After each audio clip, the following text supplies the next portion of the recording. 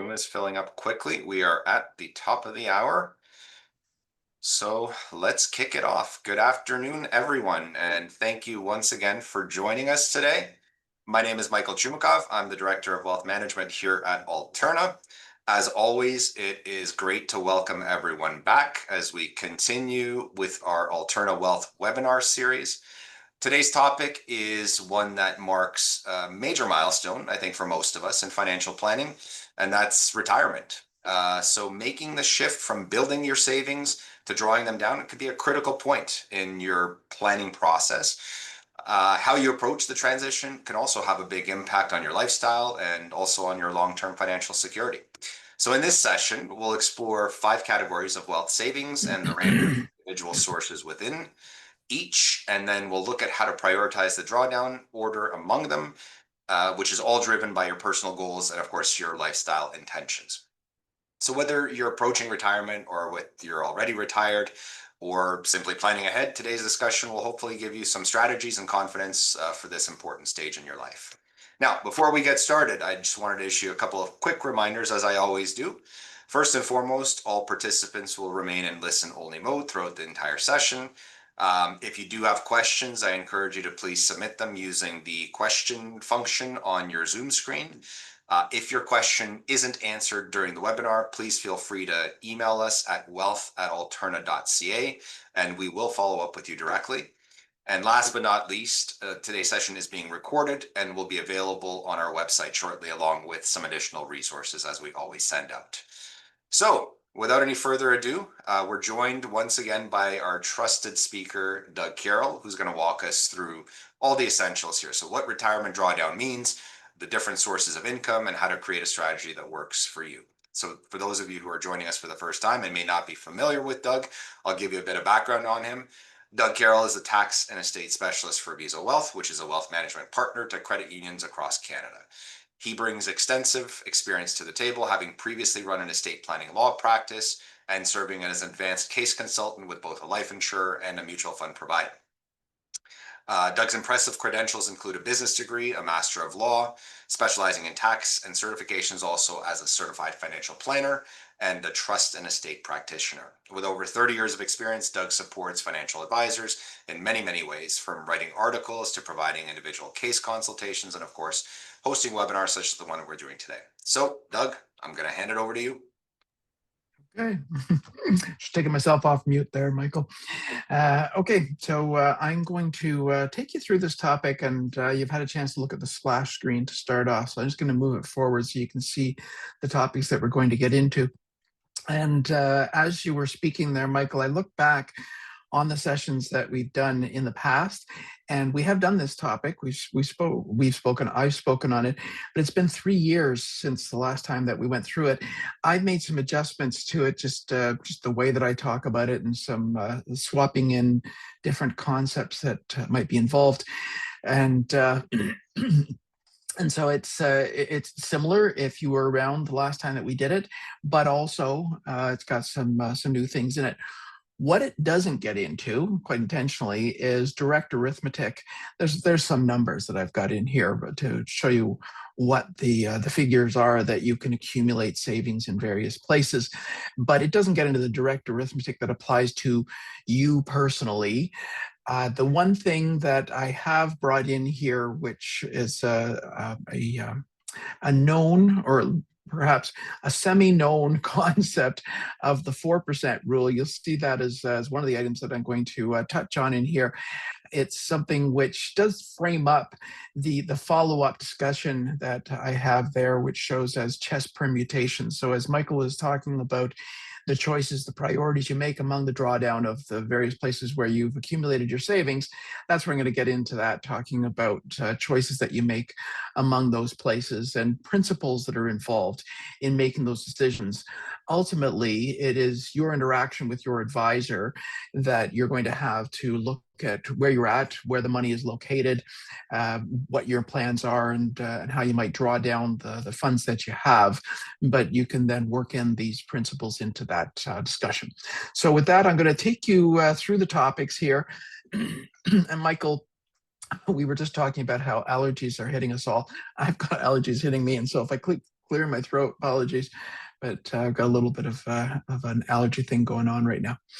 I like this concept of the elephant in the room as concept of what it's like as you're heading into retirement.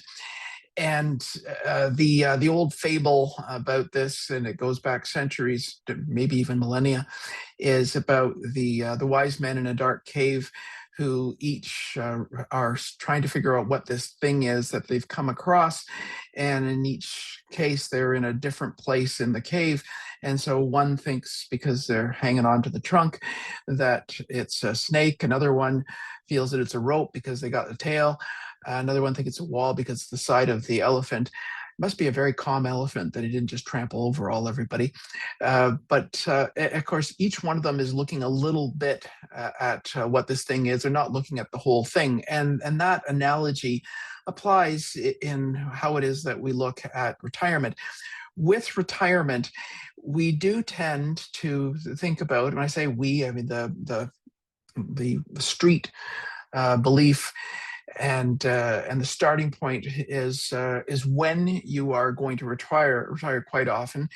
And so it's about what your age is and how long you expect you're going to live. And in some cases, it's just about what your age is that people feel they're either compelled to go into retirement, to stop working, or that that they just want to themselves to retire because they've reached a certain age. But there's a lot more involved with it. And from a straight financial basis, we want to make sure that the decisions that we make about any of our money and the use of the savings that we have fits to our circumstances now and what our expected circumstances will be out in the future. So it's a combination of what is the age that you're at right now, but more so, what's the reasonable life expectancy that you're looking at?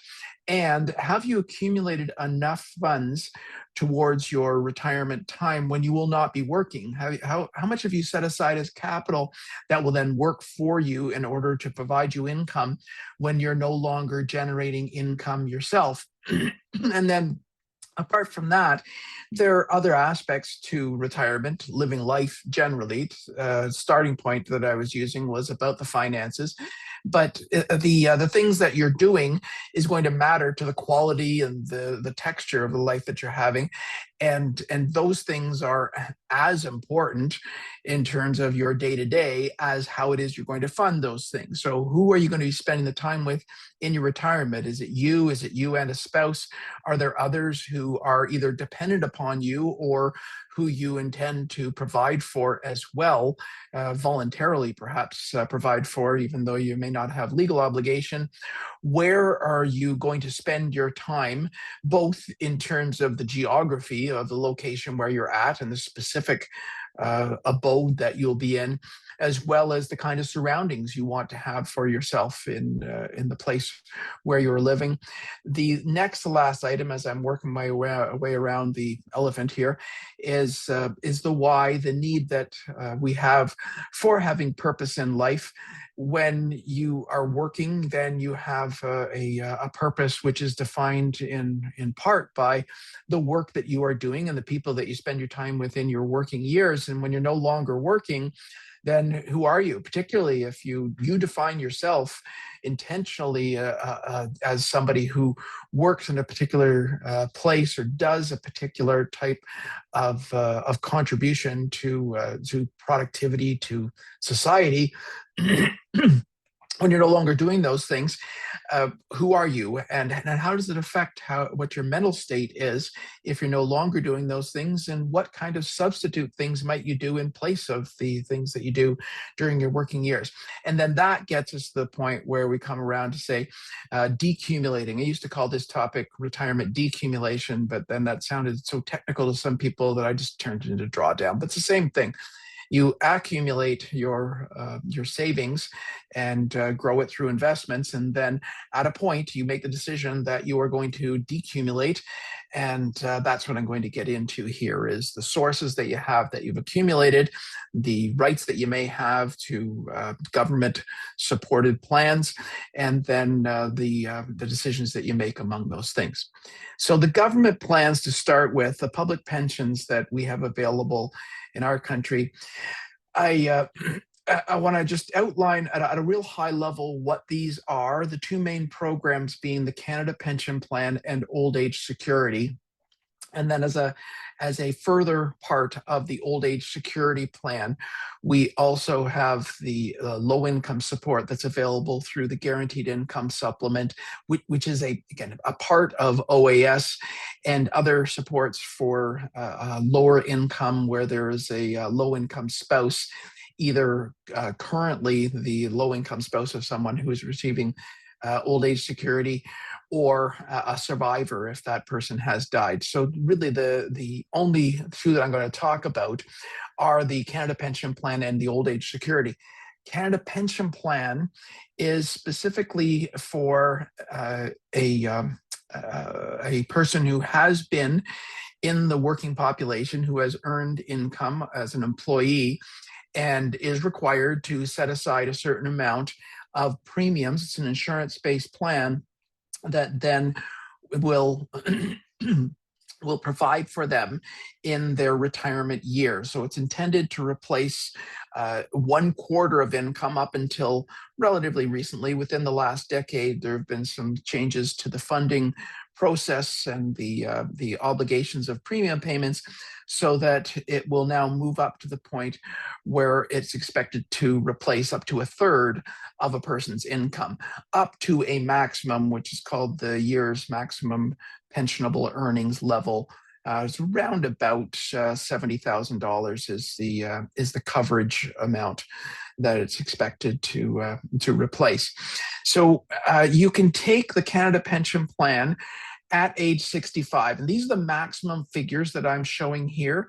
You can take it at age 65, and in doing that, it's referred to as the regular retirement, normal retirement age that we have at age 65. And in that case, if you have made the maximum premium contributions over the course of your working years, it's generally between ages 18 and 65. If you've made the maximum contributions into the CPP, then you'd be entitled to $17,000 on an annual basis. It's paid monthly. Or if you were to take it earlier, because you are allowed to take it as early as age 60, then you would take a lesser amount for every month that you take prior to age 60. As you see the figure here, 0.6% per month reduction in the amount that you'd be entitled to. So it would be around about $11,000 if you took it at age 60, and then all the way up to just over $24,000 if you were to wait until age 70, because you get a premium per month that you delay after age 65. In a similar way, you are able to take the old age security at age 65, and you can delay it as much as 5 years. And for every month that you delay, then you get a premium amount, 0.6% per month.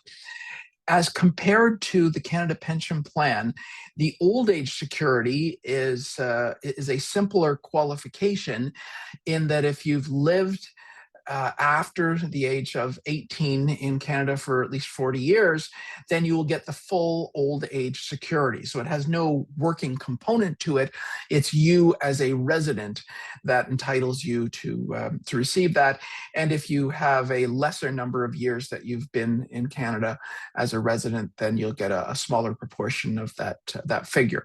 So those are the two main programs here. And I want to talk a little bit further about the Canada Pension Plan and this notion of perhaps taking earlier or later. I'm going to go a little bit deeper on it. There was a study that was released a few years ago now. It was about 5 years ago that the study came out, which was by a researcher at the National Institute of Aging.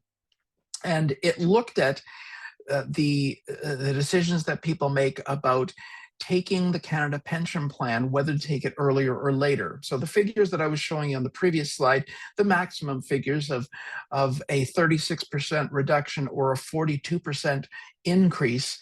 I've got those two figures here on this chart. This is a screenshot that over on the left-hand side that comes out of that report. And I've just circled the two figures. Either you take at age 65, or technically you get that 36% reduction or the 42% increase. What the study got into, looking at the statistics of how people make use of the Canada Pension Plan and when they start drawing on it, is that there's a general concern that we have as a population about having more income security, and yet people tend to take the Canada Pension Plan at the earlier dates that are available to them. The largest proportion do take at age 65, but then a significant number of people take at age 60 because they're qualified to do it. And in doing so, they're going to take that reduction of the amounts based on taking for all those months prior to age 65. But that's a little bit misleading. Once you get deeper into the figures, and I'm not suggesting at all that I could do the kind of deep analysis that the researcher did here, but the actual reduction and the actual increase that applies is dependent on what's been going on in the economy and the rates that apply on industrial wages and how the increases operate. So the formulas are more complicated than the simple version that I gave you there, so that if you take at age 60, the actual experience across the population is that it's not just a 36% reduction, it's just over 39% reduced amount that you get. And you're going to have that reduction for life. And then if you wait until age 70, rather than it being a 42% increase, it's just over 49%. So almost a half again increase of how much you will get from the Canada Pension Plan. People tend to think about the CPP decision as being a break-even point. If I take at an earlier point in time, and we'll use the earliest point, age 60, then I'll get a reduced amount. And again, in round figures, the figures that I was just showing you there, 11,000 at age 60, I could start receiving that, or I could wait until age 65. We'll leave aside age 70 for now.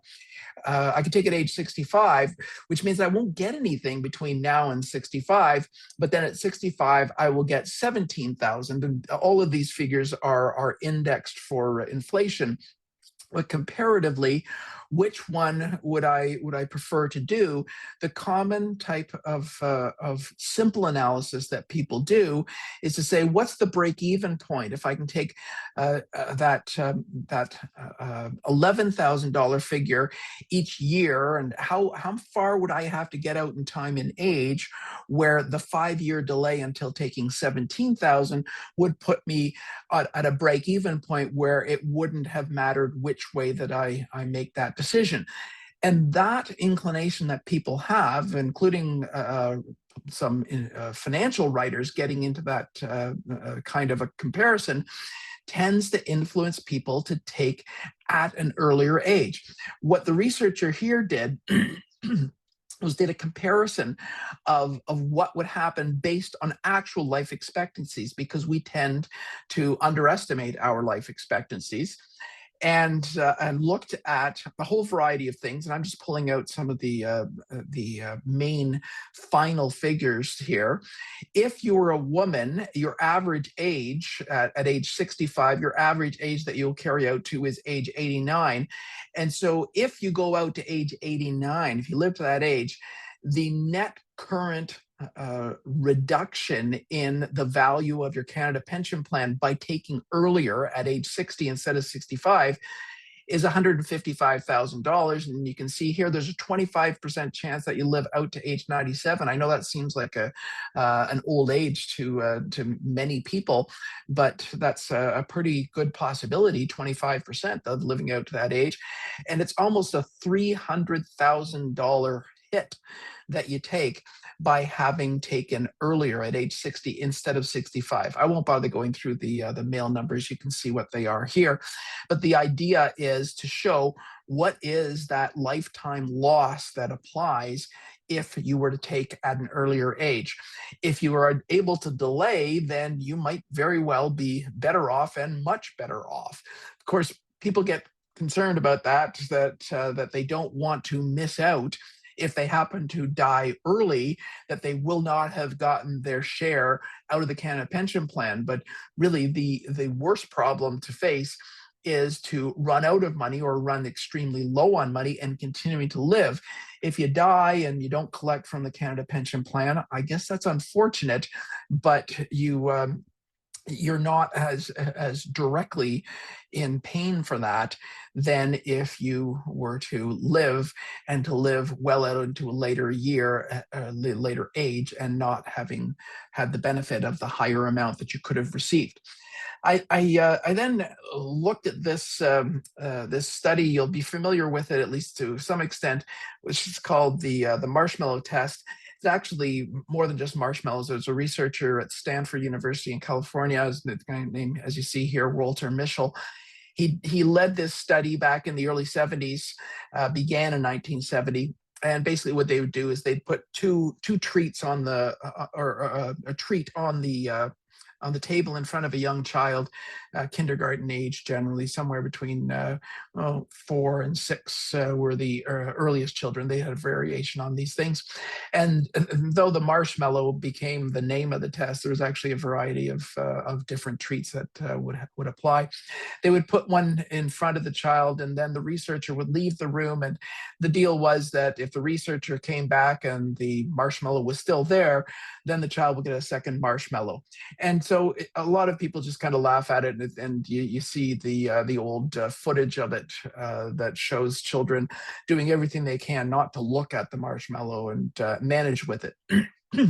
But it was to measure the ability of the children not to be go with their gut feel literally and grab the marshmallow and look towards the future of getting a second marshmallow that could benefit them by waiting.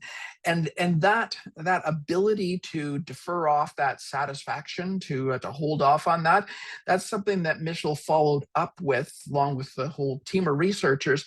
And he put out this book, actually, the one that you're looking at here, the screenshot here. He put out this book, which was a follow-up where they had followed all of these, or not all, but a number of these children, many of whom were children of employees of the university, and looked at their success in life or the challenges they faced. And those that were able to not eat that marshmallow in the first place were generally able to manage stresses better later in life. And the other thing is that they found that though they may not have been able to do that, the ability to look away and not consume that candy or that marshmallow could be a learned activity. And that brings you back to what we're talking about here, about deferring potentially on those public pensions. The inclination may be to take the public pension as soon as possible. And in some situations, it may make sense to do so. If you have an actual health condition that you definitely will not have a long later life, then that may make sense. And the researcher who did that study definitely got into some of those exceptions. But for the majority of the population, the benefit of deferring off taking Canada Pension Plan pays you back significantly larger than taking at an earlier age. So that's public pensions and some thoughts about taking. Yeah, Doug, sorry, go ahead. Yeah, sorry to interrupt, Doug. If I could just jump in with not a yeah. question per se, but perhaps if you could provide some clarity for the audience on this. Mhm. You spoke about taking a pension earlier versus, deferring it or taking a pension at a later date. Is there an age at which, you need to make contributions in order to get maximum benefit from the CPP and OAS? Say, because we know, for example, many people retire early if they can afford to, Mhm. right? So does their contributions to the CPP stop at that time? And your percentages that you were referencing earlier, how is that impacted, or how are those impacted? Yeah, if you you can actually continue to contribute into the county pension plan if you're working after the point that you started. You can't contribute after age 70. But you can continue to contribute into the Canada Pension Plan once you are starting it. And the name escapes me right now. It's the PR, the post retirement benefit (PRB). So it's a component of the Canada Pension Plan, which then allows you to supplement beyond the point that you have already started your Canada Pension Plan. As far as there being an optimal age, that'll require a much deeper look at your contribution history, your personal contribution history, and the age that you're at. There are calculators, and there is a base calculator that the Canada Pension Plan has on Service Canada, which is the administrator of the Canada Pension Plan. There is a base calculator which will tell you here's what your expected amount from the Canada Pension Plan will be based on certain ages that you might start it. And it's something that if you tried to do that, if you were a 50-year-old and were wondering what's going to happen 15 years from now, it's really not going to be that helpful to you. But if you are 62 and you're looking at it and saying, should I start now or should I start 2 years from now, you may be able to get a little bit better sense of what the figures will be, or at least an estimate of those figures, so that you can make a little bit more informed decision about whether to take the Canada Pension Plan now or defer some period of time. Thank you, Doug. Okay. So let me move over into employer pensions, and the two main types of employer sponsored pensions are registered pension plans of the two types: defined contribution and defined benefit type plans. And the difference between the two, based on the phrasing, is that the known amount with a defined contribution plan is how much the employer will put into the plan, which then gets tax sheltering, and it gets invested over the course of time, and is your built up pool of money that will provide for your retirement income. The other type of plan is a defined benefit plan, which is more complicated, because with the defined benefit plan, the known or the calculated figure, calculable figure, is how much you will receive as a pension payment out of the plan. And of course, that's going to be difficult to determine based on you now being an employee who's working and being a pensioner some period of time out into the future, whether that's 5, 10, 25, doesn't matter how far it is.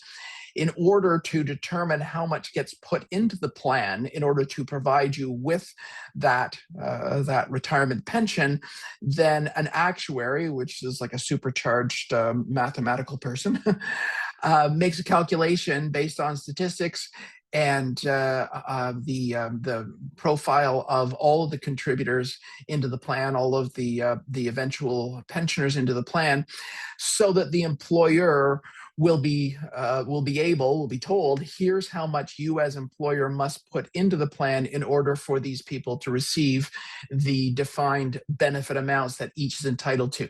And when I say calculable, it depends on the plan what the negotiated arrangement is. In some plans, it might be the average of your final 3 years of work. In other cases, it might be the average of your best 5 years of work while you're with the employer. So it's a negotiated matter between you.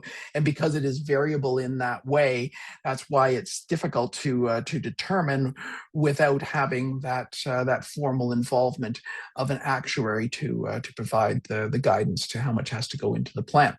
There are some plans that are a combination of some, which is a defined contribution that the employer has agreed to, where it's been negotiated that the employer will put a certain amount in that is a known that will build up, and then maybe there's a side-by-side additional contribution, which is based on a defined benefit formula, and then the two parts are there. So the pensioners, the current employees who will eventually be pensioners, will have an ability to look at the accumulating amount under the defined contribution side, as well as the positive expectation, presumably, that their success in their working activity and their income during their working years will then allow for them to get a firm amount based on how well they move up the working ladder and get the defined benefit portion if they have a hybrid type plan. There are also deferred profit sharing plans where the employer's contribution is only going to apply based on how much, if and how much profit the employer is able to earn. And then we also have group registered retirement savings plans. And I'm going to turn to talk about RSPs more generally in just a second. Group RSPs are individual RSPs that are managed on a grouped up basis, but they otherwise share the contribution room that a person is entitled to with individual RSPs. And in fact, all of these plans that I've made reference to here, registered pension plans of the two types, as well as deferred profit sharing and group RSPs, all of those calculations are subject to maximum contributions that can be made by you or on your behalf into these tax sheltering plans, and the arithmetic gets a little bit more complicated as you get over into the different ways that they operate. But with RSPs, that's the one that is probably the easiest to refer to. Here, I'm just going to bring you over here. With RSPs, the base figure for registered retirement savings plans, RSPs are a way that you can set aside money into a tax sheltered plan. Like with your employer providing for you, it does require that you have working income, that you have employment or earned income. And then the way that the RSP operates is that you can contribute into the tax sheltering plan up to 18% on a per year basis. You get room to contribute up to 18% of your preceding year's earned income. And then there is this indexed maximum figure on a year-to-year basis. So currently in 2025, the indexed figure is just over $32,000. What that equates to is that if your income in 2024 was around about $180,000, just rounding it up, then 18% of that would bring you to that $32,000 figure. So if you were making that amount, you could put in, you'd have room of that amount. But if you had a lesser income than that, and I'll keep it simple on myself, if your income was $100,000, then your entitlement would be $18,000 of contribution to RSP. If your income was $300,000, you still would be limited to the index figure of $32,000. The key to understand about RSPs is the nature of how you can make contributions into them.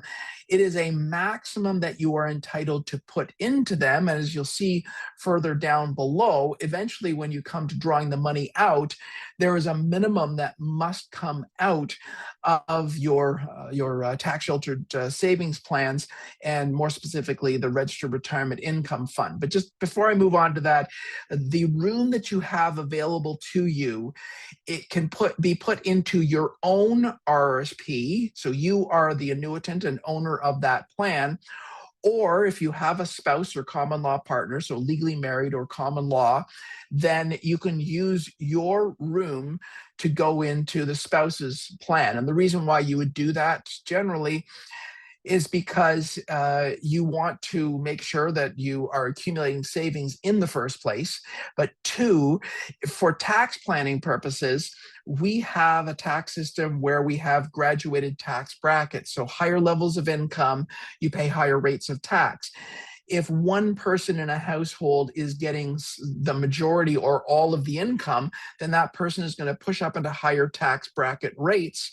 Whereas if you can set up for two of you to be drawing out the savings, then the two of you can hit the lower bracket rates, but not push up into higher brackets ideally. So putting money into a spousal RSP splits the savings into two places and facilitates for that kind of income splitting and therefore tax reduction, because the two of you are drawing from two sources instead of one of you pushing up into higher levels. Now, you can keep an RSP open and you can keep on contributing into an RSP up until the year that you turn 71, the end of the year that you turn 71. If you don't use your RSP room in a year, you can carry it forward to use in future years.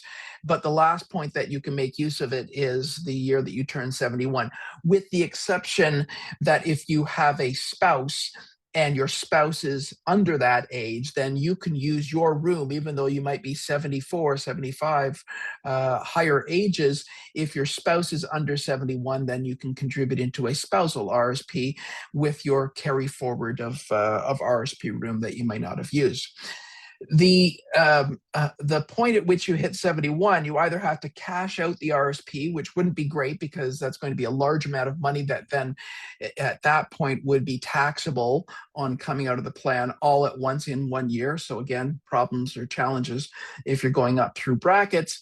The other two possibilities are that you purchase an annuity from an insurance company that pays you an amount over the course of your life, or you transfer the funds that are in the RSP over into a registered retirement income fund. So as I said, with the RSP, there's a maximum amount that you can put into an RSP, and the common back end or second part of that arrangement is that when you come to the point when you are ready to draw money out of your RSP, you will then move it over into registered retirement income fund. And as you draw the money out of the registered retirement income fund, or RIF, there is a minimum amount that must come out of it. So maximum for the RSP that can go in, minimum that must come out of the RIF. Where you have RIF payments being made, then that minimum amount that must come out, which is based on your age, and it goes up as you get older, that minimum amount that's coming out is not subject to withholding tax. All of the amounts coming out of any of these structures, RSP, the registered annuity, or a RIF, all of them are added to your income. They are taxable, but the minimum amount that comes out of a RIF is not subject to withholding tax. And it may be that over the course of the year you accumulate enough from those sources as well as other sources that you do have a tax bill to be paid when you come around to April of the following year, when your tax return is due. And so the lack of withholding tax is not an exemption from tax.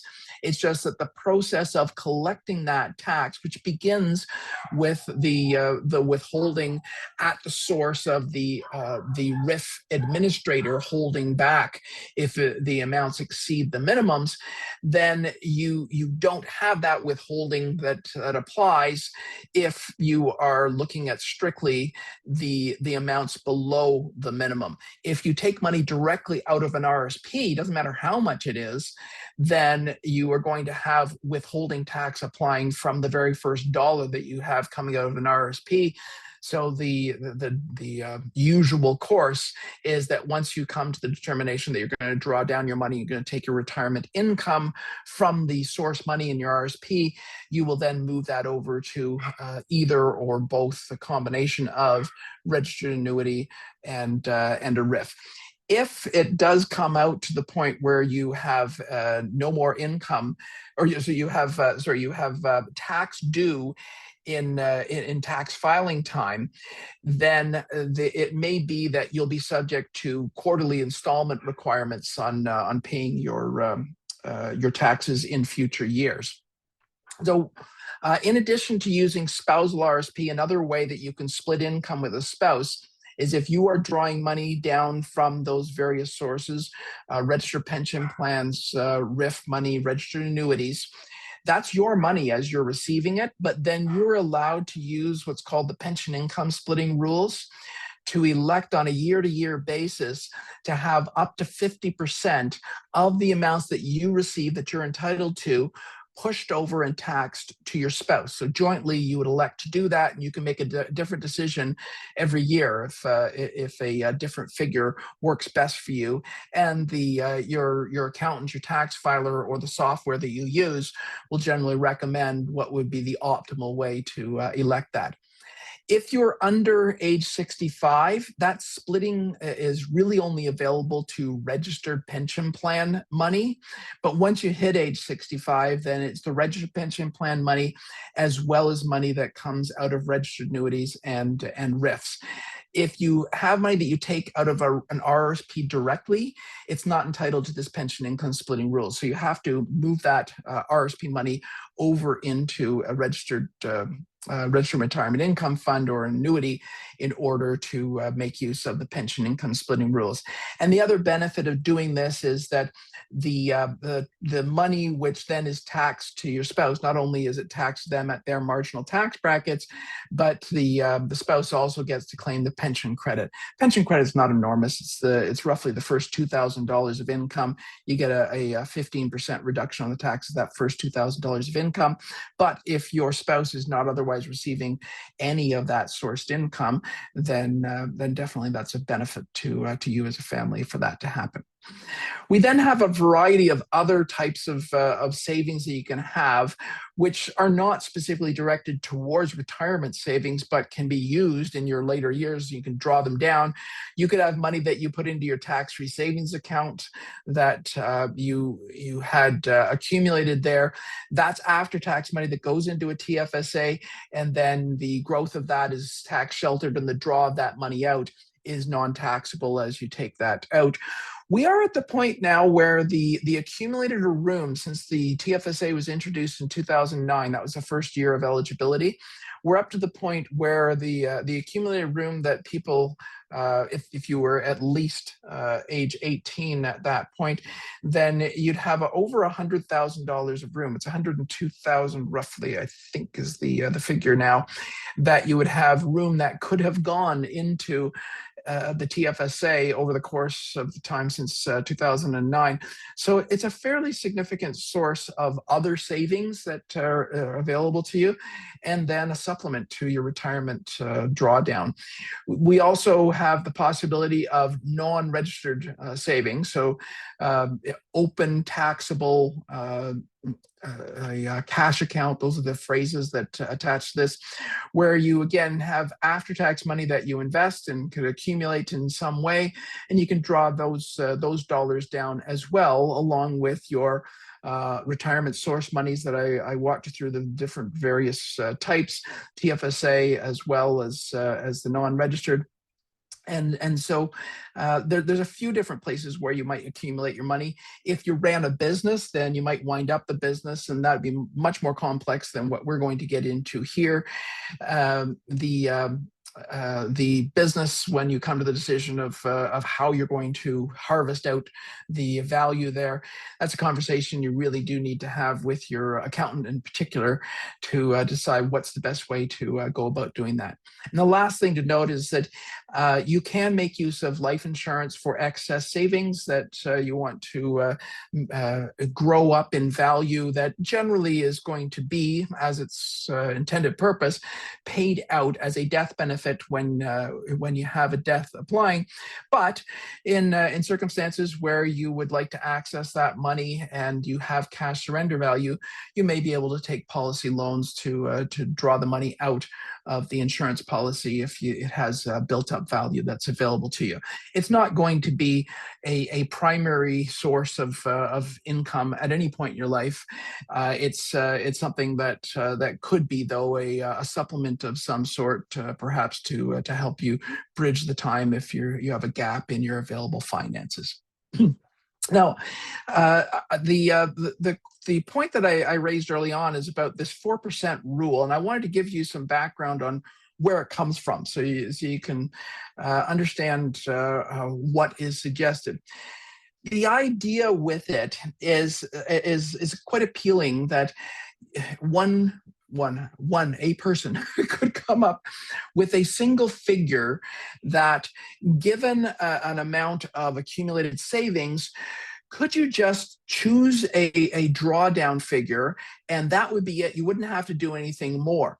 So here are some examples of $1 million that you might have in an RSP that draws down, and I did the spreadsheeting in behind here to say, well, what would happen if you were to draw down the amounts that you have here and take them out of your RSP? If you were to start that at age 65 with that $1 million, and you were to take 4% based on the quote 4% rule, then if you had a 4% rate of return inside of your RSP and a 2% inflation rate, you'd run out of money around age 87 is where that full line goes. And then the blue dotted line, if you had a higher rate of return, 6%, and again, still a 2% rate of inflation, then you would take out into your later 90s. But if you had a 7.5% rate of return and a 3% inflation rate, you would be able to make it out to age 100. Well, it's again appealing, the simplicity of this, to say, oh, okay, well then let's just do some kind of percentage like this 4% figure, and we can assume that if we expect that we want to make sure that we have this out until age 100, then a 7.5% rate of return and a 3% inflation rate will suffice. But life's much more complicated than that. There could be all sorts of things that affect the decisions that you make and how this thing then carries on once you start drawing the money down. Investment factors like the rates of return changing, the sequence of returns changing, what is the tax rate that applies on that money coming out, depending on your income level from drawing that down. This is just looking at the source itself without factoring in the tax on that amount. Of course, you spend after-tax money, not pre-tax money. What are the things that might happen in the economy that might disrupt this? What's going to happen with your own family and household that might have an impact on this? Are you one person? Again, is it a couple, or is it beyond that? So the source of this, so you can see where this comes from. The source of this is one article back in 1994 by this fellow right here. His name is Bill Bengen. And he wrote this article for legitimate publication, for a publication for the CFP Journal of Financial Planning, Certified Financial Planners Journal, where he went through some arithmetic to figure out what might be the appropriate figure for drawing down.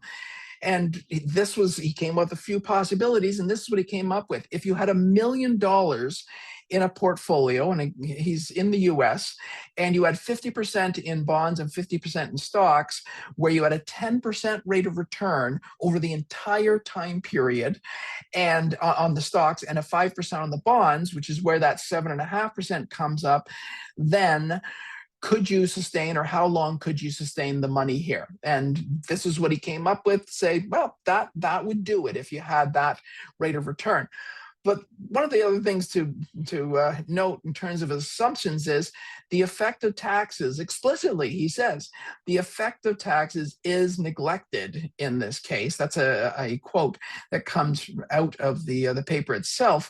So the idea that you can just pick a number and it will take care of you, it's really not the way that anyone could dependably make decisions about how they're going to draw down the money in their investments. And this is specifically, in this case, only money which is inside of a tax sheltered account. There's none of those other sources that I was talking about that might be where you draw down your money. So that's where I come to this idea of chess permutations. And the idea of this is that, understanding that not everybody plays chess, a chessboard is an 8 by 8 grid. So there's 64 squares on it, and you have two players who have each 16 pieces they can move around on the board in different ways. And inside this fairly constrained space, after you have a first move, it goes the light color and then the dark color. Once the two have made one move, there are 20 different permutations of how the board looks like it does. And after they make a second move each, there's 400 possibilities of what it looks like and how it got there. And by the time you get to the fourth move, there's over 119 million variations on how the board got to where it is. And that's with this 64 grid square. If you're talking about your retirement where you are not operating within that kind of firm constraint, then there's all sorts of other things that can happen in your life that are going to affect what you do on a year-to-year basis, as if each of these moves was a 1-year time frame. And so the idea that you're just going to make one decision and draw down your money based on some firm figure just is not practical to believe that that is going to happen. When you are decumulating your money, when you're taking it into your income, what you're trying to do is make sure that you're adequately taking care of yourself. And from a tax perspective, being informed by the fact that there are taxes on some of the money that we're drawing down, not all of that money. Some of them are partially taxable, like in a non-registered account. And ideally, what you're going to do is you're going to income split not only the spouse to spouse type of thing that I was talking about, but also if you can income split yourself with yourself out in the future so that you don't push up into higher brackets. You don't have this wavy high pushing up into high brackets and then low brackets. You want to keep things at a fairly consistent basis. Now, it doesn't mean that you're not going to adjust things sometimes because you really do want to do that cross-country tour or that spa that you've been really hoping for during the time that you've been working. But you for your regular ongoing needs, you want to have a fairly consistent amount of income. And so you'll draw from the various income sources in a way that the taxes that you are triggering on a current year basis are roughly what you expect will be the tax amount, the income amounts and the tax amounts that would be consistent for the future years that are ahead of you. So you make a decision currently based on what the sources are that you have for your income on that basis. And then as you come back around the next year, you will then adjust. You'll rebalance your portfolios. You will pay attention to the fact that there have been changes in economics that might affect which of the investments you're holding on to you might draw down. You'll look at the changes in your life that affect your need for income, either higher or lower.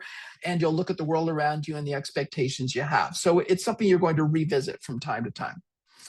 One of the things that then comes up with this is, what about just buying the biggest house that you possibly can, and you've got that principal residence exemption, so you can just use that, downsize later, and take all of that great money that you've had the benefit of growing up in that place where you've been living, and then you can live off of that. Well, I think it's great that you've been able to save, and you saved in a very specific way in that home that is your shelter currently and can be the source of your future shelter.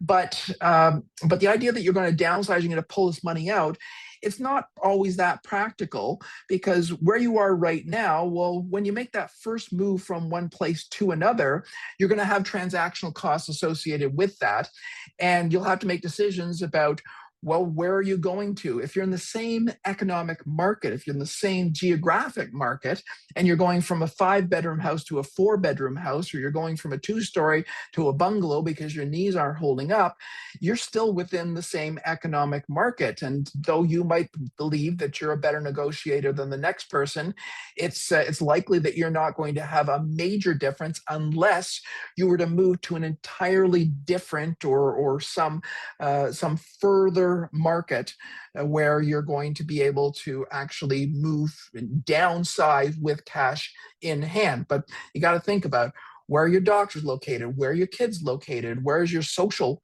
life operating? Where's your church? Where's your time that you spend, your friends?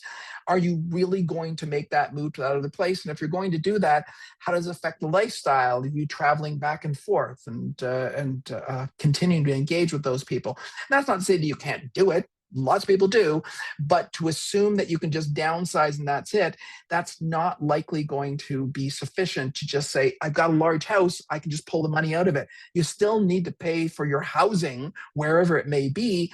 And so you're not going to be able to just pocket all of that money. You're going to have to keep it so that you can use it out there in the future. So just a couple of thought exercises before I wrap it up, Michael, and I'll turn it back to you here. One of the things you can look at, and this is not dollar figures, is to say, what are the sources that I have? What have I accumulated? And when do I expect that I'm going to start drawing off of those things? So the idea is to have this grid and just put an X in the places where you expect that you're going to start all of these different places to draw off of those sources of potential income. And then you have the conversation with your financial advisor about what the numbers actually look like, and they can run it through the software that they have. And then the second thought exercise, as I said, with the elephant at the start, with that tale about the why of the purpose of our retirement time or our time at any time, sometimes what we need to do is think about, well, how are we going to be spending our time? Because how we spend our time is going to pretty much dictate what's going to cost to spend that time. And the best predictor of what that looks like in future is to look at what you're doing right now. It's not to say you have to do the same thing later, but look at what you're doing. What are the things that you're doing on a daily, weekly, monthly, quarterly, annual basis? And how many of those things are absolute routine, and how many of those things are a little bit unusual, and use that as the basis as you look towards your future to say, all right, in my retirement years, I'm going to continue to do some of those things exactly. Others I'm going to do a little bit more of, or I'm going to do a larger size of it, or spend more time with when I am at those things, or I'm going to spend less on other things. That's going to give an idea of how you expect you're going to spend your retirement years. And then again, you can look at those activities dictating what kind of finances will allow for you to live in that way when you get out into those later years, or if you're in those later years, how it is then you revisit your funds that are available to you to take care of things. So Michael, I am going to turn it back to you and see what questions have come up while I've been going on here. So thank you, Doug. We probably have time for a couple of questions, so no particular order. One of our guests has asked about the advantages, disadvantages of a annuity versus a RIF. Can you maybe high level, provide some recommendations on what is more appropriate and why? I'm not going to make any recommendations, but I think that like you working in the field here, the decisions that people will make between a RIF and an annuity are along the lines of, do I want to have continuing control and decision making about my investments, and that would be the RIF, versus do I want to take a pot of money and make with that portion of it, make a one-time decision to buy future income for myself, which will remain consistent over the course of time. And with annuities, the amount that you'll receive on the annuity, it is based on interest rates, long-term interest rates. It may be a fixed amount that comes out of the annuity, or it can be an indexed figure so that it maintains purchasing power. So the personality you have towards having certainty about what you're going to receive is balanced against the choices that you might want to have about being able to make continuing decisions about your money. So it's not an either or. In most cases, it shouldn't be an either or. Everything goes towards RIF or everything goes towards annuity. It's how much you would like to have as a firm commitment of income, as opposed to how much you would have with continuing decision making. And again, your advisor and you can sit down and look at that and see what the rates look like for annuities. And then you can decide if and to what proportion you would like to place money into annuity as a complement to RIF money that you would have continuing investment decision making over. That's fantastic, Doug. So I believe we are right at the top of the hour right now. So just being mindful of that. I wanted to thank you very much for your insights and your knowledge as always. I also wanted to thank everyone in the audience for joining us once again, but also for the great questions that were asked. I know that retirement, it's a topic that affects pretty much all of us. It could be complicated at times, but it's also a crucial part of all of our, planning and strategizing and whatnot. And hopefully that our session today provided, some clarity, some confidence as well, as you think about your own strategies. So for those questions that we were not able to get to today, we will try to get back to you as soon as possible. And if you have not submitted a question, but think of one after the fact, you can always email us at wealth@alterna.ca, and we're always happy to help with that. So before we wrap up, a couple of quick reminders. You will receive a short survey following today's session. We do appreciate and value your feedback, as it does help us continue to deliver relevant content with sessions such as these. And just to plug also for our next upcoming webinar, it's scheduled for Thursday, November 13th at 3 p.m.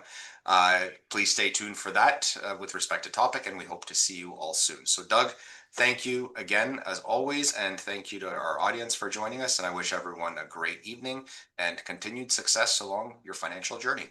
Take care, everyone. Thank you.